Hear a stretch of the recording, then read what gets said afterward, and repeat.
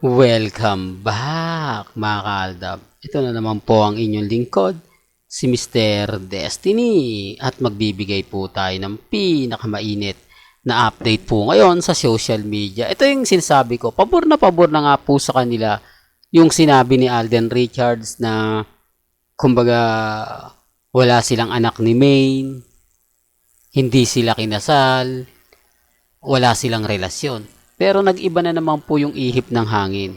Bumaliktad na naman po yung sitwasyon. Si Alden Richards naman ang binabas ngayon. Bakit?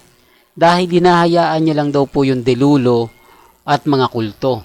Kumbaga konsentidor nga po raw si Alden Richards sa Aldab Nation, kaya lalo daw pong namamayagpag. Lalo daw pong tumitibay. Dapat daw po inaksyonan niya na. Hindi ang sinabi niya, hayaan na lang daw po. Dahil storytelling lang naman daw po yun. Pero gaya na sinabi ko, mga kaaldab, mabigat na paratang yun. Di po ba? Pero kay Alden, okay lang yan. Bakit? Bakit kaya hinahayaan ng isang Alden Richards na, kumbaga, ituloy-tuloy lang to ng Aldab? Kasi yung iba niyan, hindi na di po ba? Yung iba diyan magre-react na, uy, wala akong anak etc. etc. Di po ba? Yung nade-date lang sa isang mati ni Idol, katakot-takot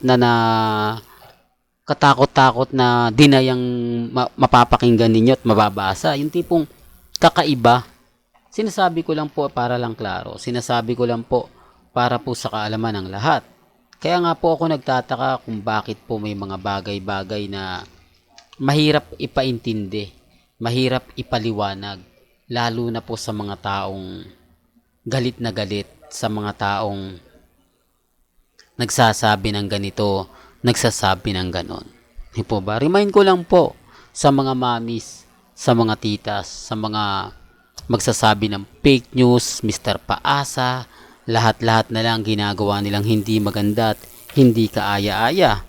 Di po ba? Pero gaya na sinabi ko, sa channel po ni Mr. Destiny, updated po tayo. Kaya nga po ako unang nakakaalam kapag may mga issue. Ako po yung unang nasasaktan bago po kayo. Siyempre kailangan ko pong buong detalye, di po ba? Yung talagang kompleto. Kaya nga po sinabi ko to sa mga nakapanood po ng interview sa YouTube ni Alden Richards at ni Tony. Bala po kayo mag-react, di po ba? Although hindi nga po talaga maganda, kaaya-aya yung sinabi ni Alden na storytelling. Pero yung sinabi niyang na okay lang, hayaan mo na lang. Dahil, kumbaga, anong nga po ba gagawin niya? Anong ibig sabihin na gagawin niya na, ibig kong sabihin mga kaaldab na pagbabawalan niya ba? Hindi po ba? Parang naglaon nga po talaga, pumabor pa rin sa atin. Kahit na medyo may spark, talaga naman pong mapapaisip po kayo. Hindi po ba? May mga bagay-bagay po na talagang sinasabi nila, naku, artista lang yan Hindi po ba? Kaya sinasabi niya yan. Nandun na nga po yung point natin. Showbiz nga di po ba? Kasi dapat nga po talaga, sa totoo lang po, dapat po talaga dito nagre-react ang TBJ. Di po ba? Sina Jose, Wally, Paulo, dapat sila rin yung isa sa nag-react na kung saan nga po yung Aldab, hindi pula totoo. Storytelling lang. Ano yung mga sinasabi nila Paulo? Ano yung mga sinasabi nila Jose, Wally, di po ba? Bossing. At siyempre ni Henyo Master Joey De Leon noong mga panahong nasa panel sila.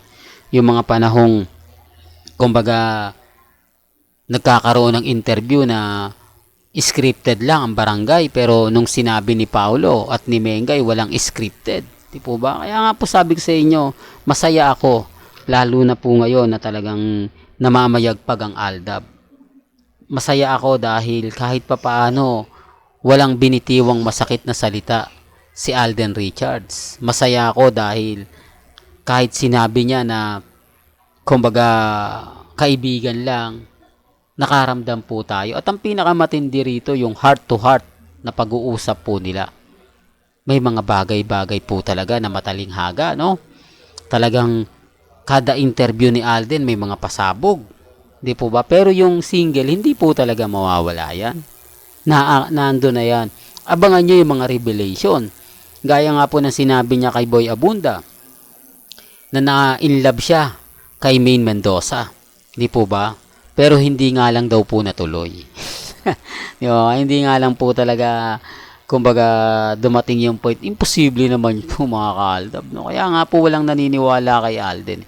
Tapos ang pinakamaganda, yung sinabi niya na, kumbaga, humihingi siya ng tawad sa mga taong nasaktan niya. Sa mga taong, kumbaga, minahal siya, pero pilit na nilalayo niya. Doon pa lang may punto na ako eh. Di po ba? Doon pa lang masasabi niyo na, Mr. Destiny, tama ka naman eh. Kasi sino nga po ba yung tao na nagmamahal sa kanya na tinatakwil niya? Di po ba? Pero nagmamahal po sa kanya. Kasi yun po yung totoo eh. Di po ba? Yun po yung totoo dahil kami po talaga yung may alam. At alam din po ni Alden yun. Kaya nga po humihingi siya ng tawad. Eh. Imposible naman po na hihingi siya ng tawad sa mga Alden fanatics. Di po ba? Eh wala naman pong ginawa ang Alden fanatics. Tanging Aldab lang naman po talaga. At ang pinakamaganda nga dito yung nasa baba siya na umaangat siya sa tulong ng mga taong ito. Sa tingin niyo po ba yung bumagsak yung karir ni Alden? Real talk, yung bumagsak yung karir ni Alden since 2015. Yung umaangat na siya, sino nga po ba yung tumulong na yon? Hindi, para lang klaro, para lang po sa kalaman ng lahat. Para lang po sa mga taong dumadaan at bumibisita. Ano po yung sa palagay ninyo? Ano po yung sa tingin po ninyo? Di po ba? Di po ba parang may mali? Di po ba parang may mga bagay-bagay na mahirap ipaliwanag, mahirap magsalita, mahirap magkomento? Sa ngayon, masasabi ko mga ka-Aldab na kampante lang po kayo. Sa ngayon, masasabi ko na maging matatag lang po kayo. Kasi tayo pa naman po yung wagi. Tayo pa rin po rito yung panalo. Tayo pa rin po rito yung mabibigyan ng magandang pag-asa. Pag-asa na talaga naman pong kakagat at talaga naman pong pinag-uusapan. Sa mga mami, sa mga titas, sa mga taong magsasabi na ako, fake news ka Mr. Destiny. Wala pong problema yon. Hindi po ako namimilit at never naman po tayong namumuwersa. Lalo na po kapag ang pinag-uusapan, Aldab. Hindi po ba? Kaya nga po pinapaliwanag ko to. Hindi po konsentidor si Alden Richards. Alam lang po talaga ni Alden kung saan siya lulugar. Alam din po kasi ni Alden kung paano i-handle ang mga sitwasyon na talagang mapapaisip ka. Masaya po ako talaga kapag nakakarinig ako ng mga magagandang feedback galing sa Aldab Nation. Sinasabi ko naman po sa inyo, di po ba, na kung update lang pag-uusapan, hindi po tayo magpapadaig. Kaya nga po mga ka-Aldab, kampante lang kayo, di po ba? Hindi naman po tayo totally nilaglag ni Alden. Hindi naman po tayo totally na sinabi niya, wala, mga ganyan talaga eh. Hindi po ba? Hayaan na lang kung yun nga po ba yung ikakaligaya daw po natin. Kung yan daw po yung ikasisiya natin, tuloy lang po natin. Di po ba? Kaya nga po malakas pa rin ang loob ni Mr. Destiny. Kaya nga po, taas noo pa rin po tayo. Dahil galing din po kay Alden Richards. Kaya nga po dun sa mga nagre-react, mga nagko-komento, kampante lang po kayo. Hayaan nyo lang po sila. Kasi ako, kampante lang eh. Di po ba? Walang sukuan. Ngayon pa po kaya tayo susuko. Pagkatapos naman ng interview na to, wala naman pong nagbago. Di po ba? Meron nga po ba? Eh, same din po ang salitang single. Malay nyo, pagpasok po ng kalahati ng taon, magkaalaman na.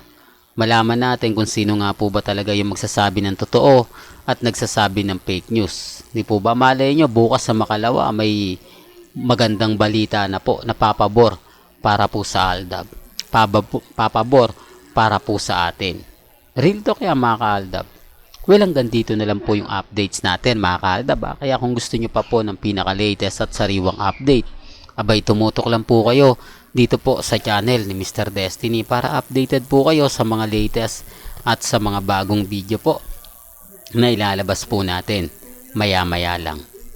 Kaya kung bago ka lang sa channel na to at isa kang true-blooded Aldab Nation na nagmamahal kina Mengay at Isoy, tama po ang channel na pinuntahan mo. Kaya consider na po kitang bagong subscriber. At huwag mong kalimutang i-share ang mga video po natin sa mga mami, sa mga titas, at sa mga senyor. Hanggang sa muli, salamat po sa panonood at pakikinig.